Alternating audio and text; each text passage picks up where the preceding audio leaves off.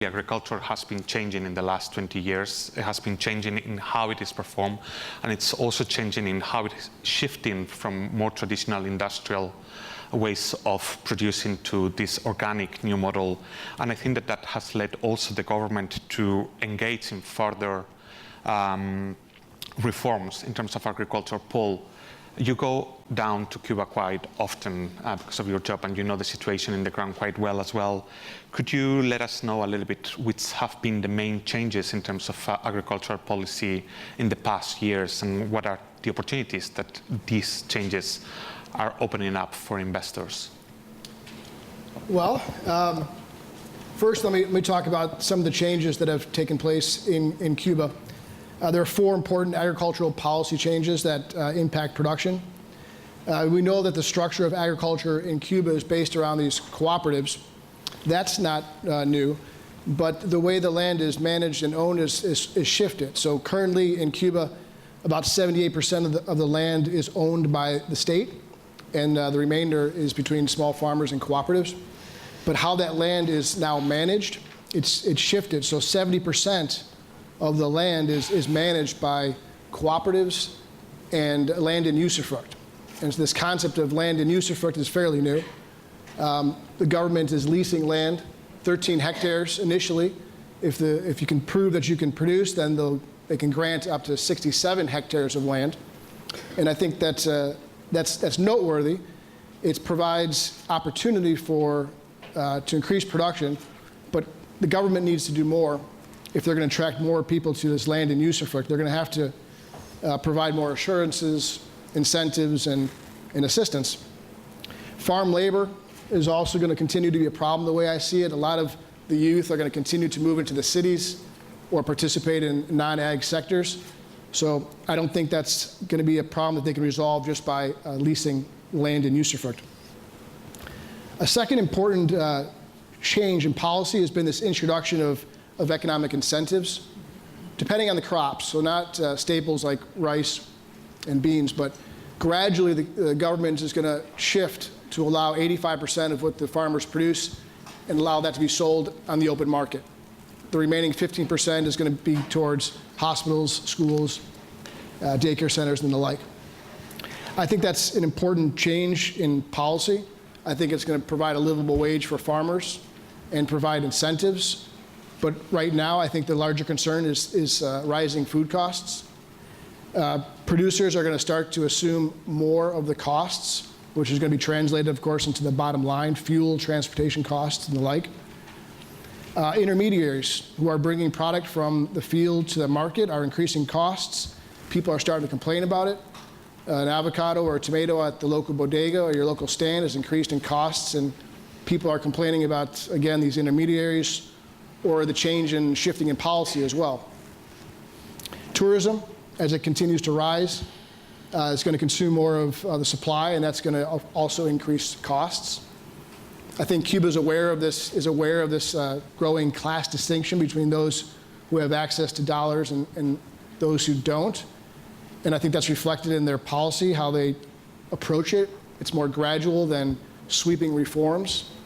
And also the government often takes 1 step forward and 2 steps back and adds to the consternation of the people. Third is this idea of introduction of technology, which is, I think, the most important. Anyone who's seen oxen plowing the fields in Cuba recognizes the need for tractors and what that can do to improve production. But it's not only large-scale technology, it's small. I was speaking to a dairy farmer in Cuba. He sells his milk to the government at fair prices, but he says it doesn't cover his costs because of inefficiencies. I asked him about those inefficiencies, and he said something like barbed wire. Something as simple as that would increase his efficiencies. In regards to FDI opportunities, and that's really the fourth change, the government's looking for more opportunities from foreign investors, and that segues into the opportunities for companies. Currently, Cuba produces nationally 37% of their protein needs and 40% of their calorie needs. So there's clearly room for improvement, and I think that together we can improve those levels. U.S. capital, technology, know-how will have an impact on production in Cuba. Logistics, distribution, simple trucks, warehousing will reduce spoilage and increase efficiencies. You talked about the high levels of food imports, between the 70 and 80% that currently Cuba is importing. I think that could be offset by other exports from Cuba. But this concept of import substitution that you hear a lot in Cuba, I think that's more of a statement of independence than any economic reality. I think that this comparative model approach would fit better with Cuba, where Cuba can purchase goods that the United States does most efficiently, and where Cuba can focus on the value-add products that it can do really well, that could cater to the rising tourist market, of course, eventually to US markets. Products like honey, citrus, tobacco, sugar, herbal medicines, organic fruits and vegetables, shrimp, fish. So I think there are opportunities for foreign direct investors as long as you recognize that Cuba is unique, presents its own set of challenges. But tourism is going to continue to rise, and that's going to provide more opportunities. There's a familial and cultural and geographical ties between both countries that works to our advantage. And there's 10 million hectares of land in Cuba. 6 million can be cultivated, but only half of that is currently being used. So, thanks, Paul. And I think that we are hearing that there are some changes that are happening in Cuba, but there are still some bottlenecks that need to be addressed going forward from the Cuban side, but also when foreign direct investment needs to get into the island, and especially when FDI has to come from the US, for example, Devry. Yeah. I think that there are also some changes that need to happen here in order to be able for investors from the US and traders from here to actually operate in Cuba. And this morning we were listening that the government is hearing the industry, but from the industry perspective, what do you think that needs to be changed in order to be able to engage better with Cuba and open opportunities for producers here? Yeah. So we heard from the US government on sort of the regulatory side, and we all know that the administration can only go so far as it relates to the regulations. And indeed, they have been listening to business to find ways to make it easier and more fruitful. But I think it's important to put Paul and my presence here on this panel in perspective for folks. Paul and I both we represent companies that have been doing business in Cuba for some time under humanitarian exemptions. I for Cargill, Paul for Chicago Foods, and we both face challenges trying to access that market and provide the Cuban customer with U.S. food and agricultural products. But in addition, Paul and I also represent an organization that we helped co-found in about the summer of 2014, well before the announcement took place, which is called the U.S. Agriculture Coalition for Cuba. The reason that we did that is not because we had any great sense that the U.S. administration was actually going to make some of these changes, but we had through our own participation in the U.S. agriculture industry realized that the U.S. farmers and exporters care about the fact that they cannot trade efficiently to Cuba. We've been losing out and losing market share consistently since 2008. It's gone from nearly 700 million down to 300 million in that market. We face restrictions on financing. We have an inability to actually provide risk management services to the Cuban customer. We've faced challenges on our ability, constraints to ship efficiently vis-a-vis our competitors. So this is the context for why we're sitting here. Now, you ask then what needs to take place here. Mm-hmm. The U.S. Agriculture Coalition for Cuba was founded on the premise that we will, as the food and ag industry, work to actively end the embargo. That's what needs to take place. All roads lead to Congress. And so what we have done over the last year and a half we've really just tried to make the case as to why that is a good thing. It's not about just shipping U.S. commodities south, but in addition, we have taken U.S. farmers as part of our delegation down to Cuba and met with Cuban farmers and the Cuban government to figure out how we can make this a two-way relationship. For us, the embargo is counterproductive, and we also believe that U.S. agriculture and Cuban agriculture are not at odds. You've heard Fernando talk a lot about the potential around organic farming. We actually believe that there's great potential in Cuba, and actually, if we can just end this embargo, we can ship capital and agricultural services and technological know-how. We can do some exchanges to help advance not only the U.S. ag economy but also the Cuban economy. So what changes need to take place are that at the end of the day, we believe that this is not a policy problem. When we go up to the Hill, and we have been going consistently up to the Hill, we think there's overwhelming support to end the embargo. This is a political problem where we've got to find a way to overcome the politics of the situation to actually get to the right policy. So there are several bills out there. You heard Senator Flake speak this morning. There's travel bills. There are 2 agricultural bills in the Senate that we've actively worked with senators on. There's a third one that's a narrow, or 2 in the embargo bills. There's a third one that's a narrow agricultural financing bill. In the House, there's a comprehensive bill that ends the embargo and also supports ag financing. So what needs to happen is actually political will. And we believe, and everybody talks about 2016 and all the politics swirling around that, we believe it's open season. We are going to continue our advocacy to ensure that the right narrative is out there. Bill Lane mentioned earlier the formation of the U.S.-Cuba Business Council. That is also a powerful force. I think we know overwhelmingly that Americans are not against ending the embargo on Cuba. And so we will work to that end. All roads lead to Congress is the answer. Yes, and I think that this is something that is shared, and we have heard in the morning, but we are also in the business at the Economist and the Economist Intelligence Unit in particular to do forecasting about things, if they will happen or not.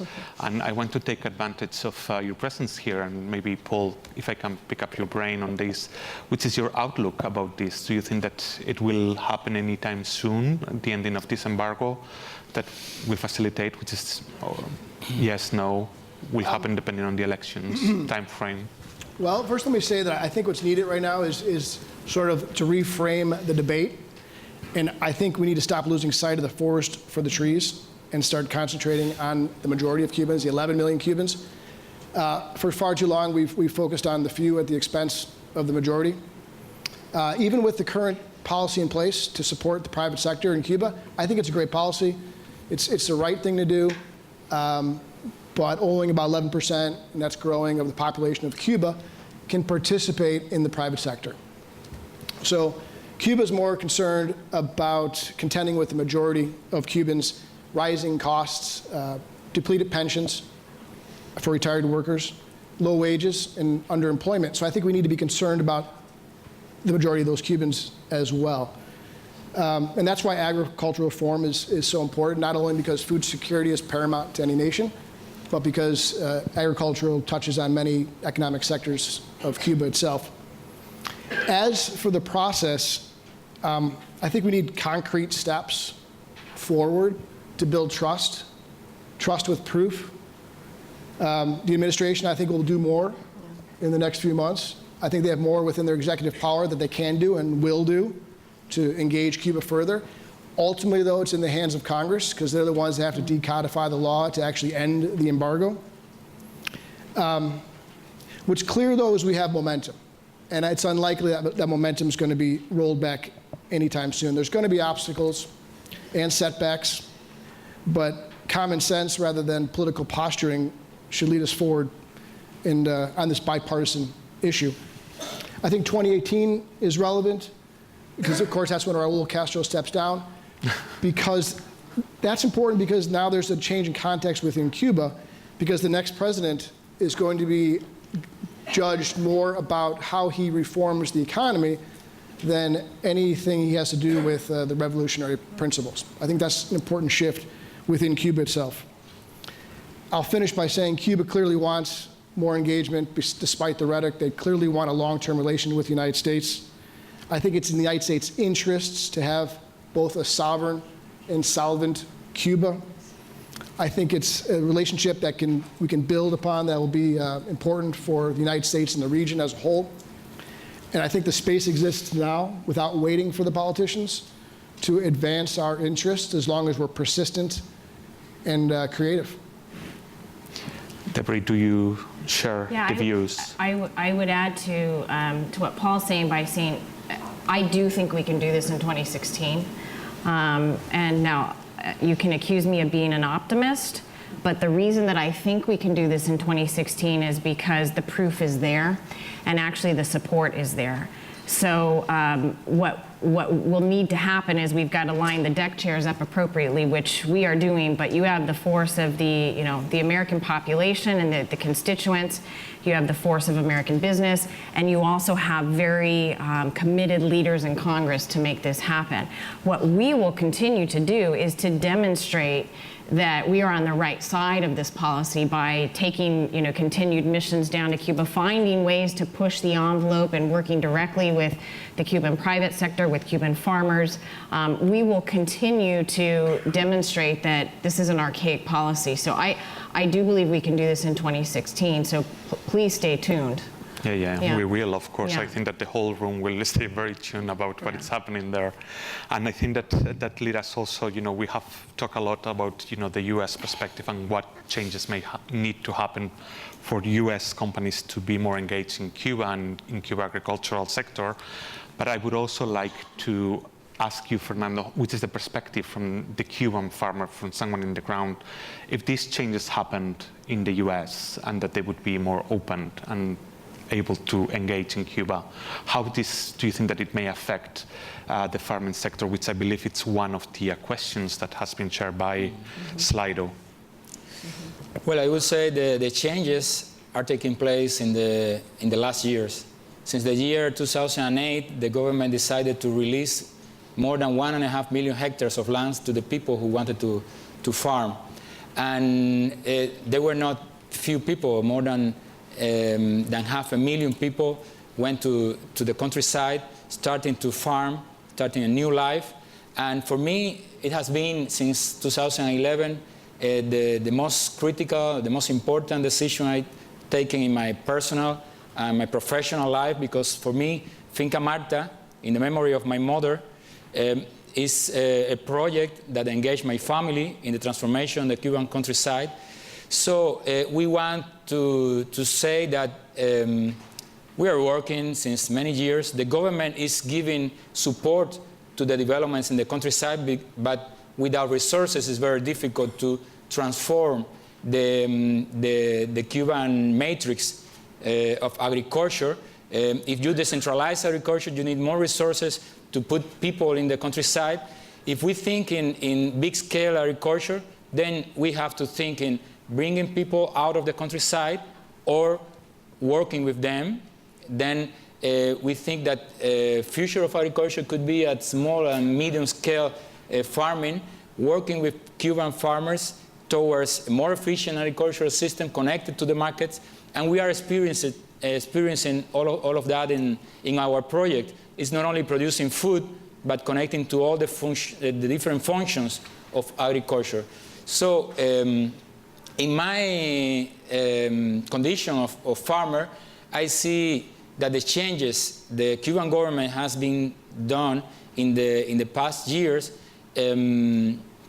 merit respect, and was the possibility I had to now have a fruitful enterprise. I mean, we are creating jobs, we are creating opportunities for people in the countryside to improve their lives based on this multifunctionality of farming, which is not only producing food, but caring environment, but also developing agrotourism activities, education and research activities, etc.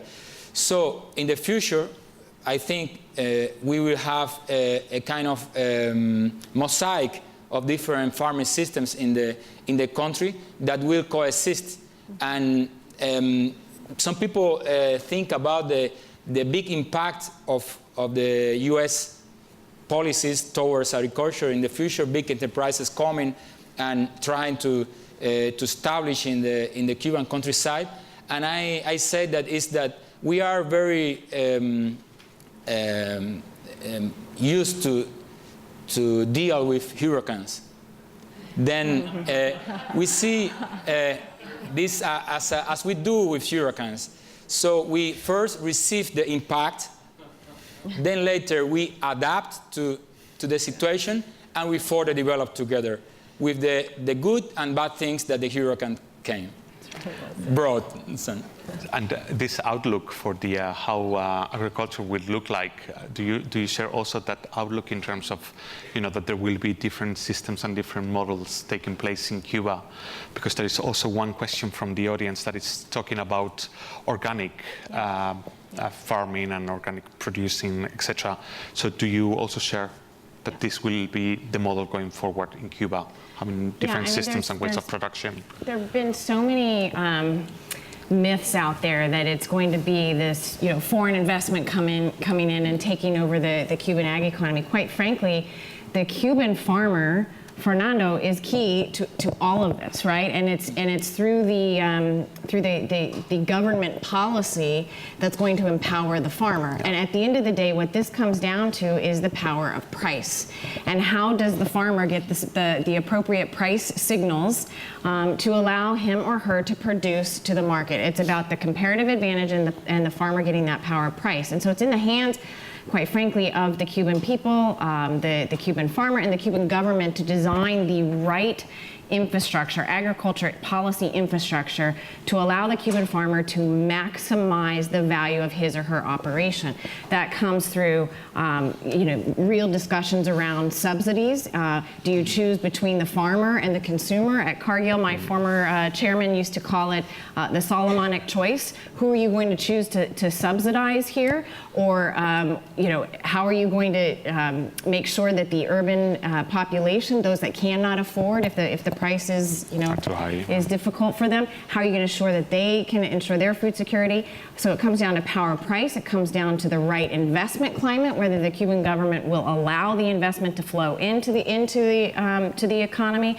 It comes down to environmental policies and sustainability policies around best use for the land. I mean, this is not unique to Cuba.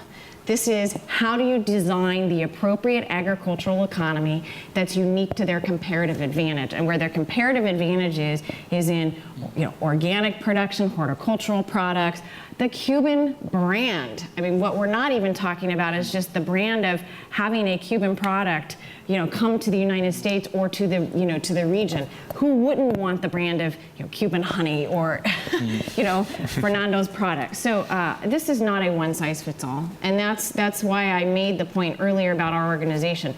We're not about just shipping food south. We're about empowering through trade liberalization the ag economy in Cuba to thrive. So great. So I would like to open the floor to questions. There is one question over there.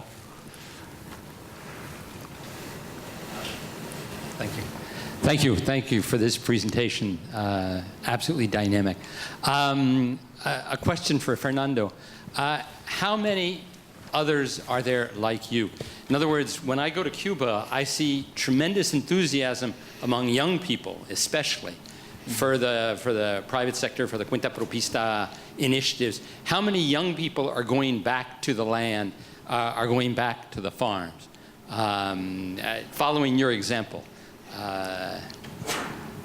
Well, there is really a big challenge, mostly because people lack of hope of how to start developing a farming system fruitfully and economically feasible. But there are thousands of young people coming to the countryside and trying to develop their own businesses, their own enterprises. It's quite difficult when people have not enough resources to start their operations, and when I say there are four main conditions to be successful in this kind of operations. One, the first you need is the will to transform the countryside. The big will you need to make extraordinary efforts. Then the second is the opportunities you have in order to make this transformation. Then you need resources that are money or other kind of resources you have available, and knowledge. Then once you have these four things, you have to combine them. Some people have the will but don't have the money, or they have the knowledge but they don't have the will. Then in certain cases, the people try, and if they don't succeed, they, abandon, let's say, the project. And it's because during these years, many people are getting tired of trying, because it's difficult to fight against a big wall of difficulties every day. And you have to strengthen yourself every day when you wake up and say, we can to change the Cuban countryside.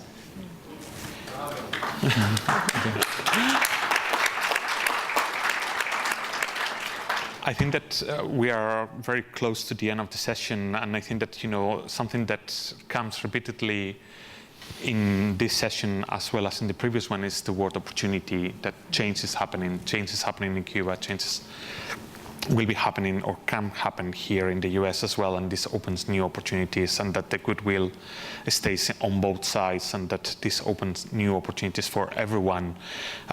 Maybe a final question from me, if I may, to Fernando, because we are going to open for lunch in 2 minutes, and I would like to ask you a little bit about what you're doing, because it's farming, but it has a close connection with the food industry and the restoration. Well, we started 4 years ago in an abandoned land with a lot of dreams and wanting to transform the way in which I was thinking before as an academic and as a future for my family.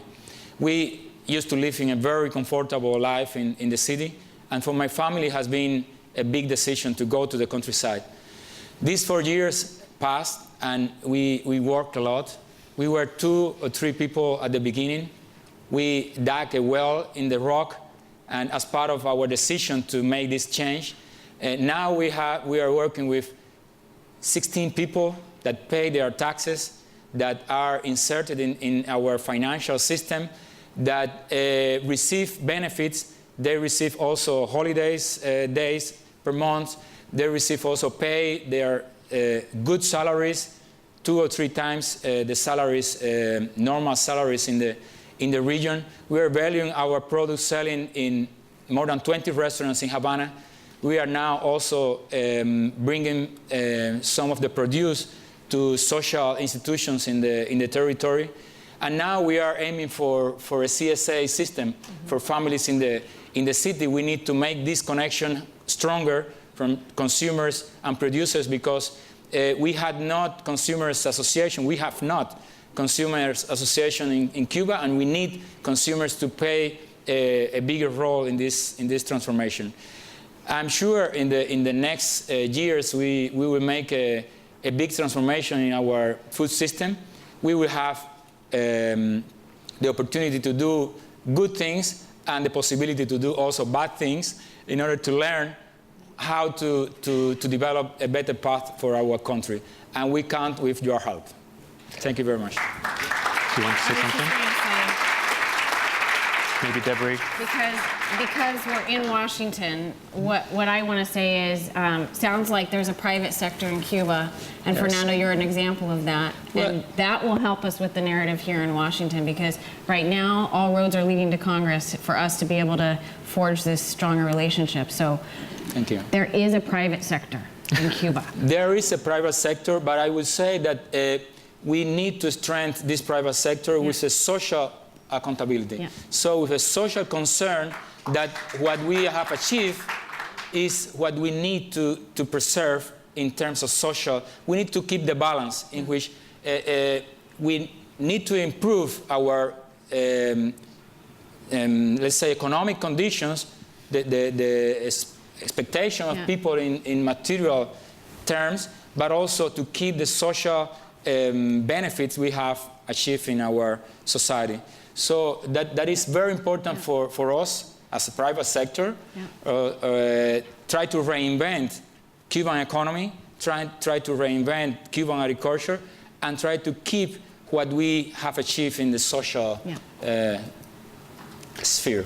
So I think that with those words we are going to conclude. So please join me in thanking the panel for this. Thank you.